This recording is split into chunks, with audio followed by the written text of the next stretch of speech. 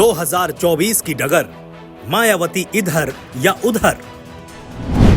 विपक्षी एकता की बात, मायावती आएंगी साथ। सीटों का सवाल, तय होगी हाथी की चाल। लोकसभा चुनाव से पहले उत्तर प्रदेश में सियासी सरगर्मी चरम पर है। एक तरफ राजनीतिक दल जहां अपना कुनबा बढ़ाने में लगे हैं, तो वहीं गठबंधन की गांठ को भी और मजबूत किया जा रहा है। यही कारण है कि विपक्षी गठबंधन इंडिया के दल, चाहे वो कांग्रेस हो या समाजवादी पार्टी, सभी की निगाहें मायावती की ओर है।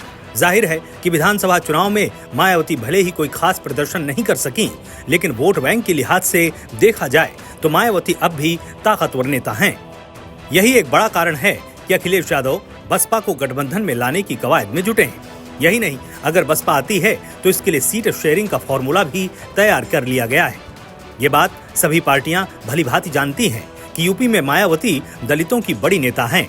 तो आइए यूपी में दलितों का सियासी समीकरण समझते हैं। दलित वोट बैंक का समीकरण यूपी की कुल आबादी में 20 से 23% है। दलितों की कुल आबादी 4 करोड़ 15 लाख है।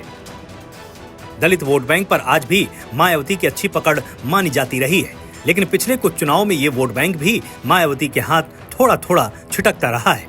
अगर 2022 विधानसभा चुनाव की बात करें तो मायावती को तकरीबन 12% दलित वोट बैंक मिला था।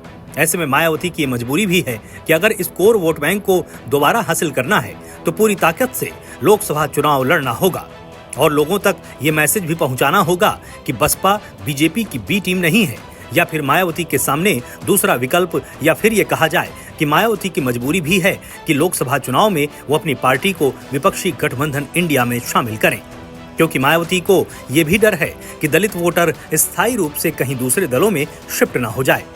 उन्होंने हार के बाद अपनी सफाई में ये चिंता जाहिर की है। लेकिन खास बात यह है कि अब चुनाव बड़ा है, जहां एक और सभी विपक्षी पार्टियां एक सुर में बीजेपी के खिलाफ हुंकार भर रही हैं, तो वहीं अब तक मायावती अपनी रणनीति साफ नहीं कर पाई है। हालांकि माना जा रहा है कि मायावती जल्द ही इसका ऐलान करेंगी और उधर तमाम राजनीतिक दल मायावती को विपक्षी गठबंधन में शामिल करने की कोशिश में हैं ही, क्योंकि सभी जानते हैं कि बीजेपी के खिलाफ अगर मजबूती से लड़ाई लड़नी है तो सभी दलों को साथ आना ही होगा। साथ ही विपक्षी दल ये भी बात जानते हैं कि अगर मायावती ने अकेले चुनाव लड़ा तो इसका फायदा कहीं न कहीं बीजेपी को होगा। Bureau report, TNP news.